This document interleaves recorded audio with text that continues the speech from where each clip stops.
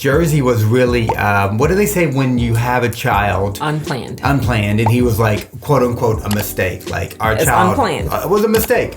Mistake because it's unplanned. So Yes. basically, if, when we say the word mistake, we're baiting you into watching a video that's good, but mistake meaning that we brought life into the world that was pretty much unplanned. And now, like, oh my gosh, I can't imagine. Obviously, he's, like the best. Like, you can't imagine a world without him. Like most people feel about their kids. Like when they have a mistake or an unplanned child, they can't imagine not having that child, right? I think a lot of, I'm sure I was a mistake. I mean, my mother had me. You definitely were. No, okay. I don't know. You were the definition of mistake. Jersey was unplanned. He couldn't be a mistake because, we were married. Carelessness. Is it, my mother I think she was pregnant with me at 15. So she was 15 and had me at 16.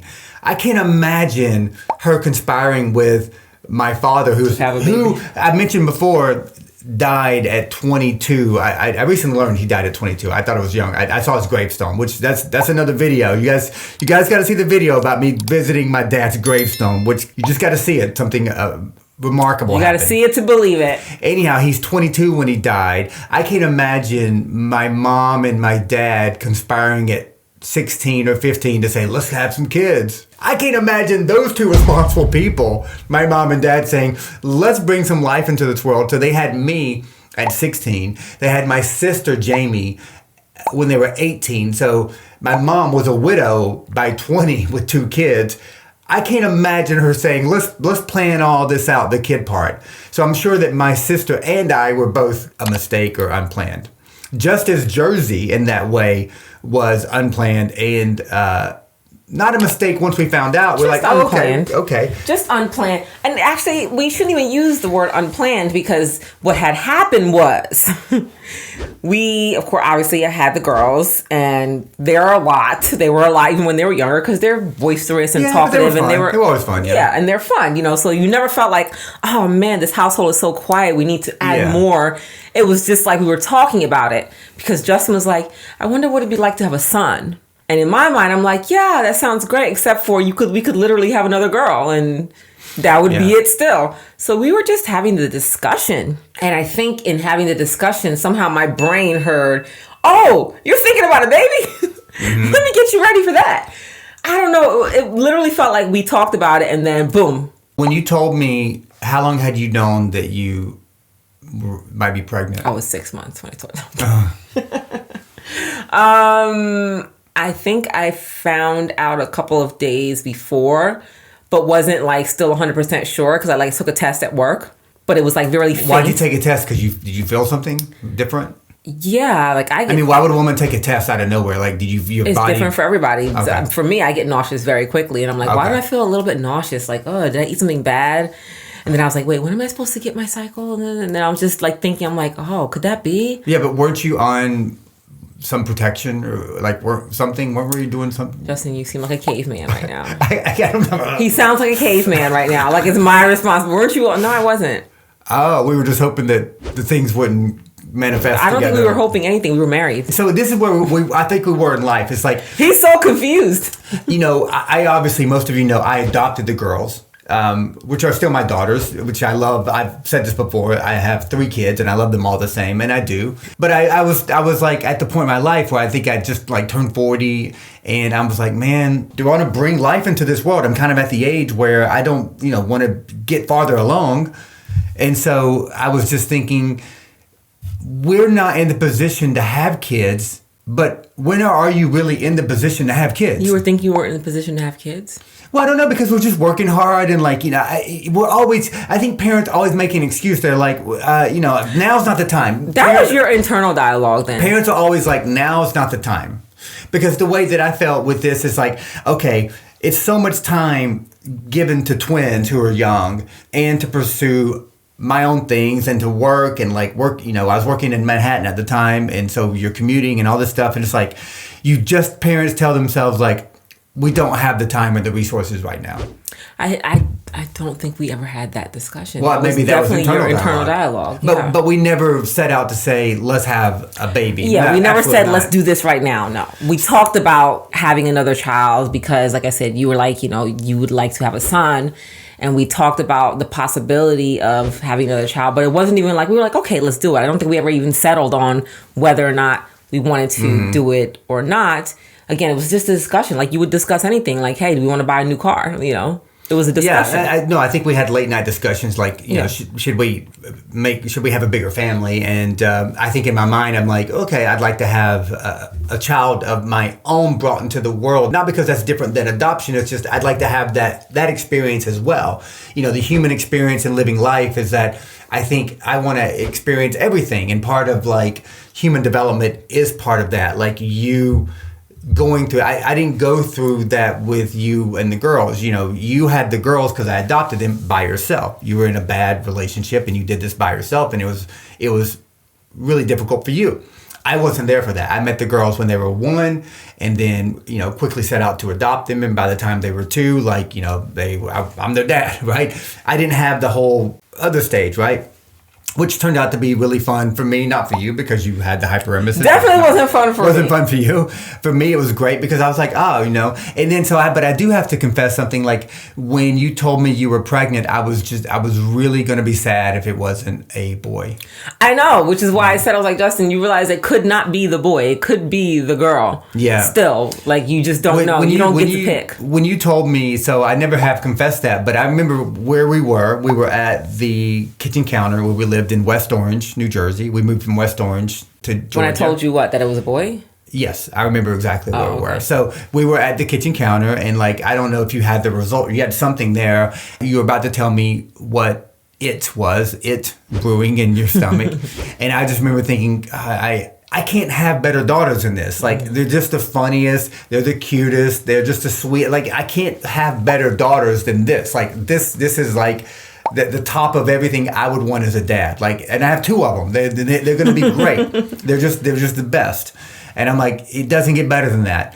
Not that I would compare anything to that, but I'm just like, it would be great to have the other gender. And so before you told me, I was just like, how am I going to feel? And then when you told me it was a boy, I was just like super elated, and like I already became like a proud dad. And so it was a great thing for me because at the time, I was like, you know, several years sober, had changed my life, and I never thought I could become like a dad or a husband. And here I was a good dad and a good husband. And so now I had the opportunity of like bringing life into this world. And Who told you you were a good husband? Not you, other people. And it was just a cool moment for me to like really say, oh, man, this is, you know, obviously we can do this. I'm a responsible person. I live a responsible life. We have income. We have resources. We can do this.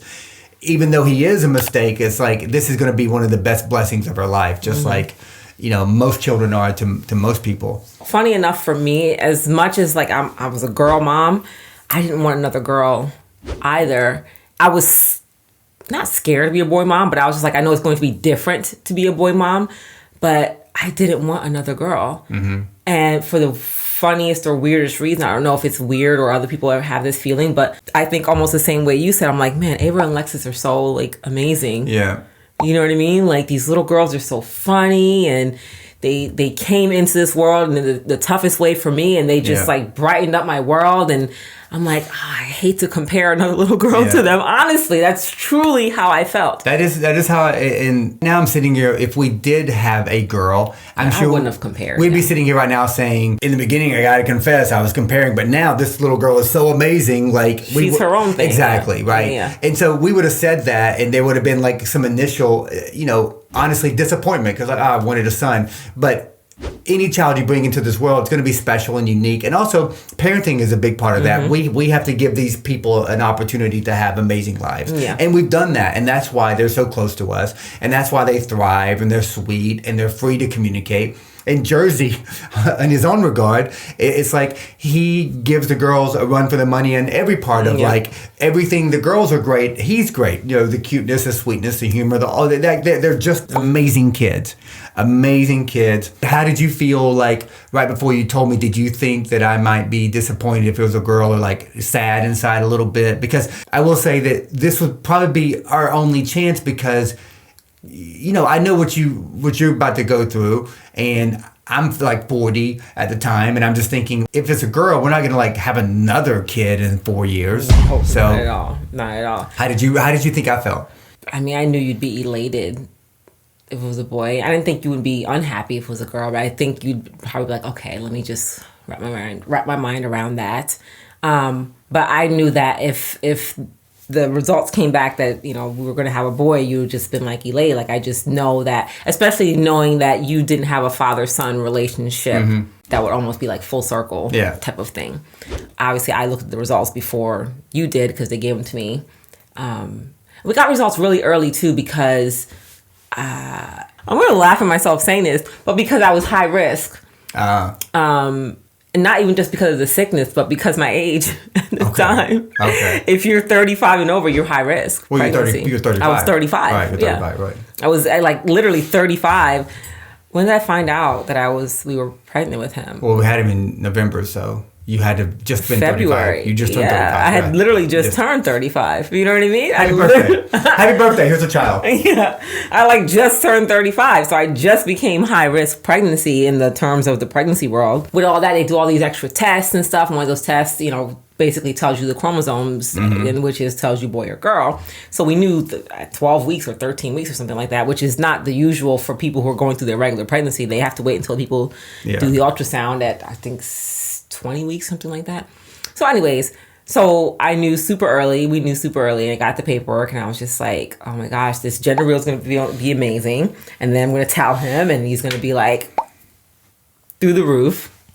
So yeah, I knew that, and I was like relieved also to knowing that I didn't want to have any more children for sure. Not even knowing what the process I would go through at Jersey, hoping it wouldn't be bad, but even knowing that, I was like, just the chance of it for me, I'm just like, I knew I was not going to go through this process again. So I think we had discussed, like, if I didn't have a C-section, you were going to have to go and get whatever they call it for guys, get neutered. Neutered. Because I'm like, we're not doing this. Yeah.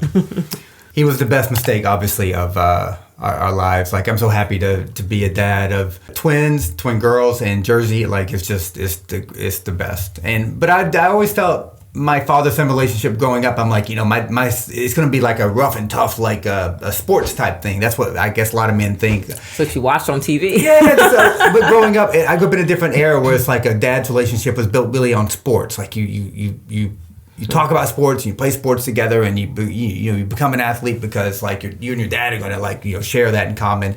And I'm not that at all, even though I'm still I'm very athletic and I love sports, and I think Jersey will end up. But it's like I love that I'm a dad who's just equally neutral on whatever they like and whatever they want to do. I want to expose you to a lot of different things, but you choose what you love. You choose what you love. And I play golf. I love playing golf, and Jersey really hasn't taken a liking to it as much, and the girls either. And like I'm totally okay with that, or like basketball or whatever sport. And I think that's great. I'm not okay with that though. I want them all to love basketball. I do. I just do. I want them all to love basketball. It if they love it. And so, they got plenty of time to love whatever they love. But I think that it's worked out really well. And obviously we're so happy. Jersey's just the best, and he's the healthiest, and the girls are the best and the healthiest. So, but no more kids from us to the world.